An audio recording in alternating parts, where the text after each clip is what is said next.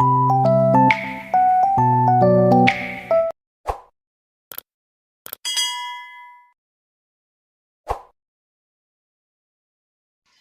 రిషి ఒకరికొకరు ఆట పట్టించుకుంటూ ప్రేమగా దగ్గరయ్యి మాట్లాడుకుంటూ ఉంటారు కదా! తర్వాత రోజు వసు బుక్స్ ఎదురుగా పెట్టుకుని ఆలోచిస్తూ ఉంటుంది. రిషి వసుని చూసి ఏం ఆలోచిస్తుంది అనుకుంటూ వసు అని పిలుస్తాడు. వసు పలకదు. చాలా డీప్‌గా ఆలోచిస్తూ ఉంటుంది. దేని గురించి ఇంత ఆలోచిస్తుంది అని వసు అని భుజం పైన చేయి పెట్టి తడతాడు. "ఆ! సార్ చెప్పండి సార్" అని అంటుంది. "ఏం ఆలోచిస్తున్నావు?" అని అడుగుతాడు రిషి. "ఏమీ లేదు సార్" అని అంటుంది వసు. "ఏమీ లేకుండా మరి నేను పిలుస్తుంటే ఎందుకు పలకలేదు?" అని అంటాడు రిషి. "ఆ! అది" అని ఆలోచిస్తూ చెప్తూ ఉంటుంది వసు. "ఎందుకు?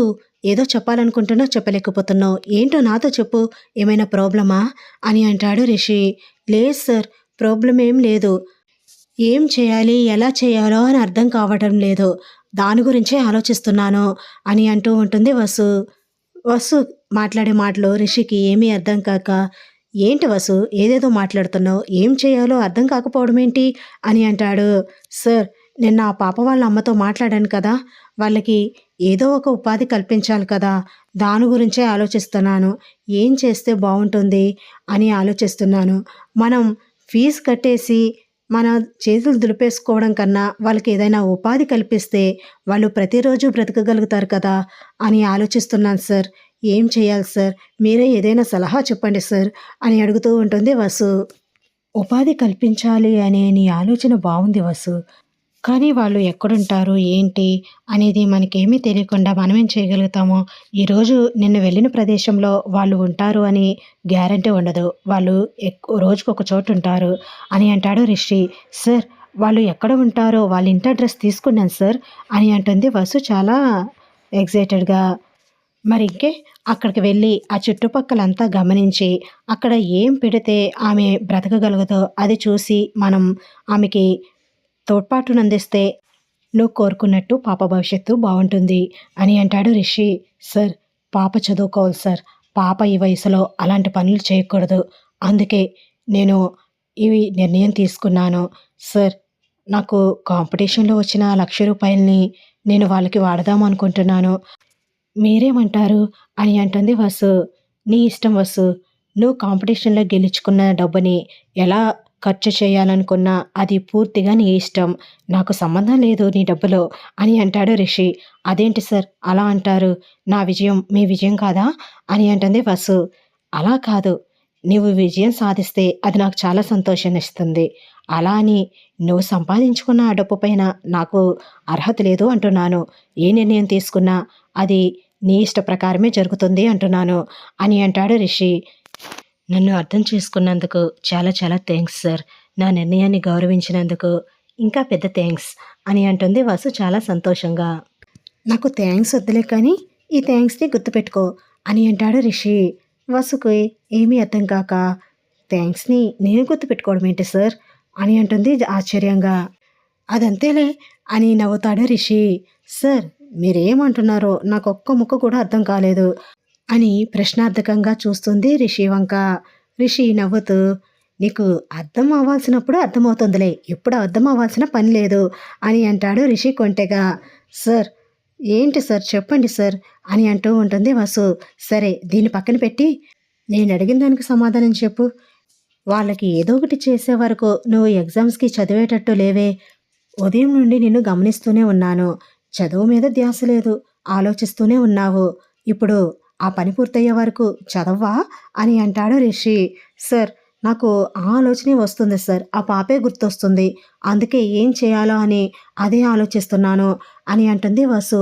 "సరే, అడ్రస్ ఉందన్నావు కదా! పద వెళ్దాం" అని అంటాడు రిషి. "సార్, ఇప్పుడా?" అని అంటుంది వసు.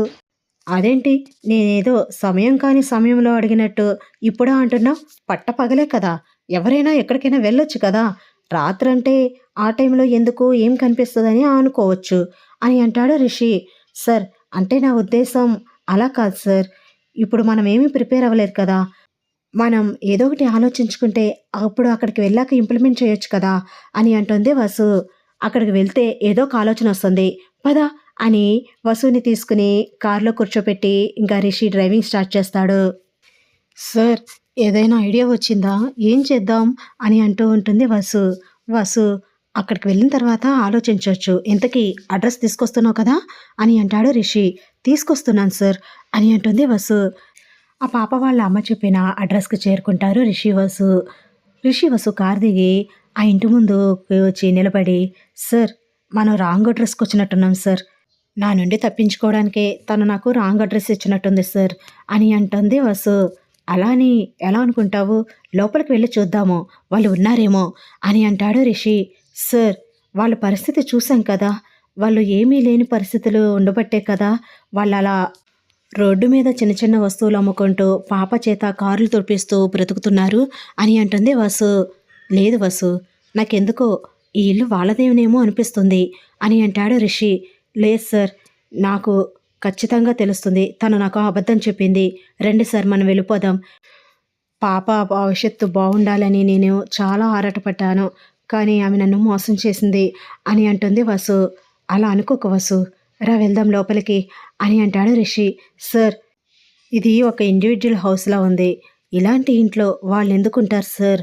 ఒకవేళ మనం లోపలికి వెళ్తే అసలు ఓనర్స్ ఉండి మీరెవరు అని ప్రశ్నిస్తే వాళ్ళకు మనం ఏం సమాధానం చెప్పగలం? రండి సార్, అవమానపడడం కన్నా ఇక్కడి నుండి వెనక తిరిగి వెళ్ళిపోవడమే బెటర్. వెళ్ళిపోదాం రండి సార్ అని అంటూ ఉంటుంది వసు, పరిస్థితులు ఎప్పుడూ ఒకేలా ఉండవు. వాళ్ళకి ఏ కష్టం ఉందో అందుకే వాళ్ళు అలా బ్రతుకుతున్నారు. మంచి ఇల్లు ఉంటే సరిపోదు కదా వసు, సోర్స్ ఆఫ్ ఇన్కమ్ కూడా ఉండాలి కదా. తనకి భర్త కూడా చనిపోయారు అని చెప్పింది అని చెప్పావు. మరి తల్లి కూతుర్లు బ్రతకాలి అంటే అది వాళ్ళకి భారంగా ఉండి అలా వృత్తిని ఎంచుకున్నారేమో. పద, లోపలికి వెళ్తే ఏదో ఒకటి తెలుస్తుంది కదా, రా వెళ్దాం అని వసు చేతిని పట్టుకుని గేట్ తీసి లోపలికి తీసుకువెళ్తూ ఉంటాడు రిషి. గేట్ తీసి లోపలికి వెళ్తూ ఉంటే ఇంకా చిన్న పాప హాయ్ అక్క అని పరిగెట్టుకుంటూ వసుకి ఎదురుగా వచ్చి వసుని గట్టిగా పట్టుకుంటుంది. వాళ్ళ అమ్మ కూడా పాప వెనకాలే బయటికి వచ్చి వసుకి రామ్మ అని స్వాగతం పలుకుతుంది. ఈయన మా వారు అని రిషిని చూపిస్తూ పరిచయం చేస్తుంది వసు.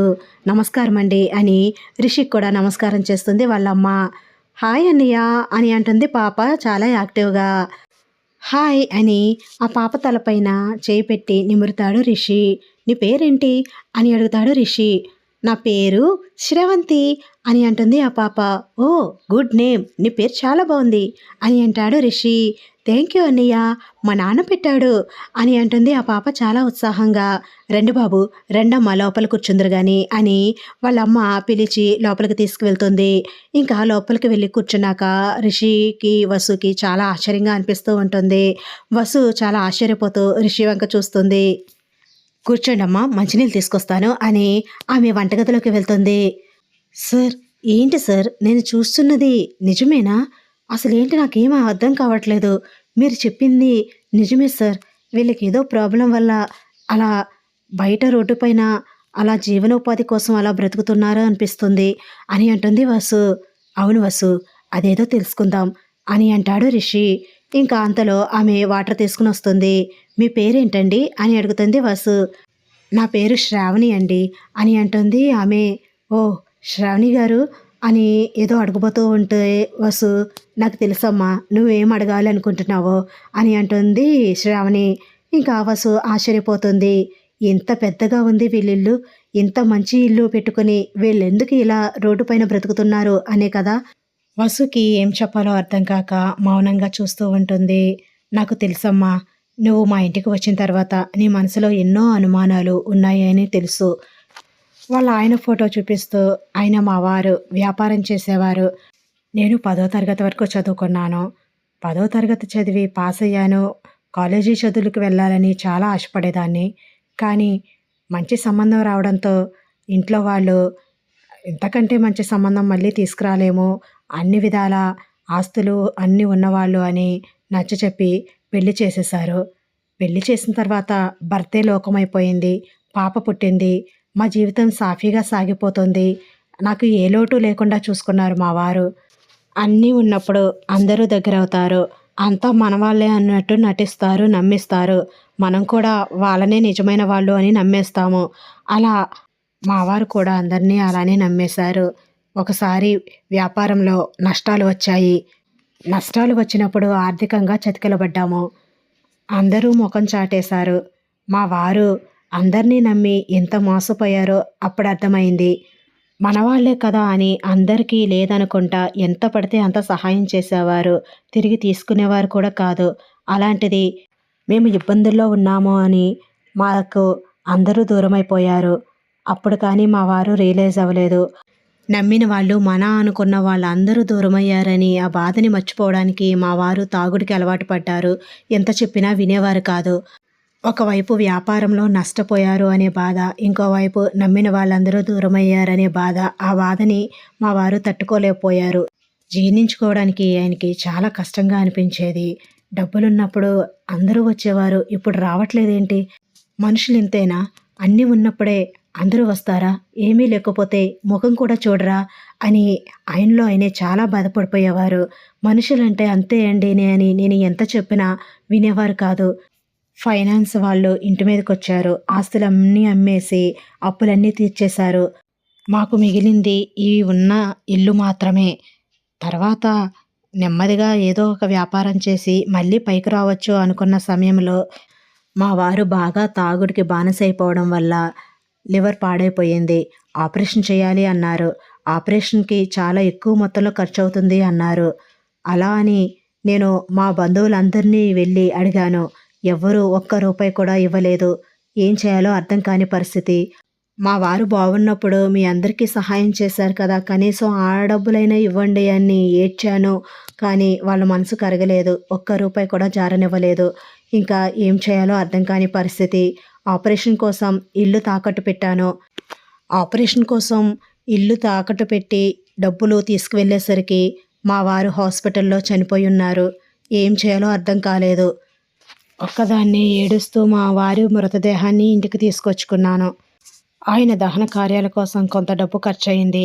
మిగిలిన డబ్బులు మొత్తం నేను ఎవరైతే ఇల్లు తనఖా పెట్టి అప్పు తీసుకున్నానో వాళ్ళకి ఇచ్చేశాను. నేను మా వారి కార్యం కోసం, దహన కార్యాల కోసం ఒక ₹1,00,000 వరకు ఉంచుకున్నాను.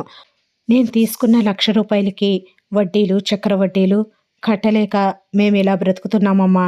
ఇలా రోడ్డు పైన పని చేసుకుంటున్నాము అని అంటుంది ఆమె. అదేంటి శ్రావణి గారు, మీరు కట్టవలసిన దానికన్నా ఎక్కువెందుకు కడుతున్నారు అని అంటుంది వసు. భర్త లేనిదాన్ని, చిన్న కూతురు, ఇద్దరం ఆడవాళ్ళమే. మేమేమీ చేయలేము అని వాడి ధైర్యం. అందుకే వాడి కన్ను మా ఇంటి మీద పడింది. మా ఇంటిని ఎలా అయినా సరే స్వాధీనం చేసుకోవాలి అని వడ్డీలు, చక్ర వడ్డీలు వేస్తున్నాడు. ఆ అప్పుని కట్టలేకపోతే ఈజీగా నా ఇంటిని దక్కించుకోవచ్చు అని వాడి ప్లాను. వాడి ప్లాను సక్సెస్ అవ్వకూడదు అని నా కూతురిని కార్లు తుడిపిస్తూ, నేను రోడ్డు పైన వస్తువులు అమ్ముకుంటూ ఇలా కష్టపడుతున్నామమ్మా. ఉన్న ఈ ఇంటిని కూడా పోగొట్టుకుంటే ఎదుగుతున్న ఆడబిడ్డతో ఎక్కడ బ్రతకాలమ్మా. అందుకే ఈ ఇంటినైనా కాపాడుకోవాలి అనే లక్ష్యంతోనే మేము నా కూతుర్ని చదివించకుండా ఇలా పనులు చేపిస్తున్నాను. నా కూతుర్ని కష్టపెడుతున్నాను అని తెలిసి కూడా కష్టపెడుతున్నాను అంటే దానికి ఇల్లనే ఉంటుందనే ఒక ఆశతో అమ్మా. అంతేగాని అది చదువుకోకూడదు అని ఉద్దేశంతో కాదమ్మా అని అంటుంది శ్రావణి. ఇంకా శ్రావణి మాటలు విన్న రిషికి, వసుకి గుండె బరువెక్కిపోతుంది. చాలా బాధగా ఒకరి ముఖాలు ఒకరు చూసుకుంటారు. మీరేం బాధపడకండి శ్రావణి గారు, మీ ఇల్లు మీ సొంతం అవుతుంది అని అంటుంది వసు. కానీ అది జరగదమ్మా. జీవితాంతం మేము ఇలా వడ్డీలు కట్టుకుంటూనే ఉంటాము. అసలు కట్టలేము. ఆ అసలుకి వాడు ఇల్లు తీసుకుంటాడు అని అంటుంది శ్రావణి. అలా జరగదు శ్రావణి గారు. ఇప్పుడే అతన్ని పిలిపించండి. ఎంతైతే కట్టాలో ఆ అమౌంట్ మొత్తం ఇప్పుడే అతనికి కట్టేస్తాము అని అంటాడు రిషి. బాబు వద్దు బాబు అని అంటుంది శ్రావణి. మీరు ఆ డబ్బులు కట్టలేకే కదా పాపని చదివించకుండా పనికి తీసుకువెళ్తున్నారు. ఆ అప్పుని మేము క్లియర్ చేసేస్తాము అని చెప్తున్నాము. మీరు హ్యాపీగా పాపని చదివించుకోండి అని చెప్తూ ఉంటాడు రిషి. ఇంకా శ్రావణి ఏమీ మాట్లాడకుండా మౌనంగా ఉంటుంది. వసు చుట్టూ అబ్జర్వ్ చేసి, మీరు మిషన్ కుడతారా అని అంటుంది. అవునమ్మా, నేను 10వ తరగతి పరీక్షలు రాసిన తర్వాత మిషన్ నేర్చుకున్నాను. తర్వాత పెళ్ళైపోయిందని చెప్పాను కదా. తర్వాత నేను కుడతాను అంటే మా వారు ఒప్పుకోలేదు. నా భార్య మిషన్ కుట్టడం ఏంటి అని ఆయనకి చిన్నతనంగా అనిపించి నన్ను కుట్టనిచ్చేవారు కాదు. అప్పుడు బాగానే ఉన్నాం కదా! అందుకే ఆయనకి అలా అనిపించేది. ఇంట్లో మాకు మాత్రమే కుట్టుకునేదాన్ని. బయట వాళ్ళకి ఎవరికీ కుట్టేదాన్ని కాదు. కానీ ఇప్పుడు అది ఉపాధి మార్గంగా ఎంచుకోవాలి అనుకున్నా చాలా కాలం అయిపోయింది కాబట్టి, నాకు కుట్టడానికి ఎవరు కూడా ఇవ్వరు. అందుకే ఏం చేయాలో తెలియక, ఎలా బ్రతకాలో తెలియక ఇలా రోడ్డు మీద బ్రతుకుతున్నామమ్మా అని అంటుంది శ్రావణి. ఇక నుండి మీరు ఇంట్లోనే మిషన్ కుట్టండి. దానికి కావాల్సిన ప్రోత్సాహాన్ని మేమందిస్తాము అని అంటుంది వసు. నా పరిస్థితిని చూసి అయిన వాళ్ళందరూ మొహం చాటేశారు. మీరెవరో తెలీదు. కానీ నా కోసం ఇంత చేస్తున్నారు. మీరు ఆ భగవంతుడి రూపంలో ఉన్న దేవుళ్ళనుకుంటా. అందుకే నన్ను వెతుక్కుంటూ మా ఇంటికొచ్చారు అని అంటుంది శ్రావణి. మీరు మమ్మల్ని దేవుళ్ళతో పోల్చకండి. మేమంత గొప్పవారమేమీ కాదు. మేము కూడా మీలాంటి మనుషులమే. మనుషులకు సహాయం చేయకపోతే ఇంకెవరు చేస్తారండి అని అంటుంది వసు. అవును శ్రావణి గారు. మేం మనుషులము. మీరు మరీ మమ్మల్ని ఎక్కువగా పొగడకండి అని అంటాడు రిషి. నిజంగా మీ మనసులు చాలా మంచివి. మీరింత పెద్ద సహాయాన్ని చేస్తూ కూడా కొంచెం కూడా గర్వం లేకుండా, కొంచెం కూడా గొప్పగా చెప్పుకోకుండా ఎంత సాదాసీదాగా ఉన్నారు. మీలాంటి మంచివాళ్ళు ఎక్కడో కానీ ఉండరు.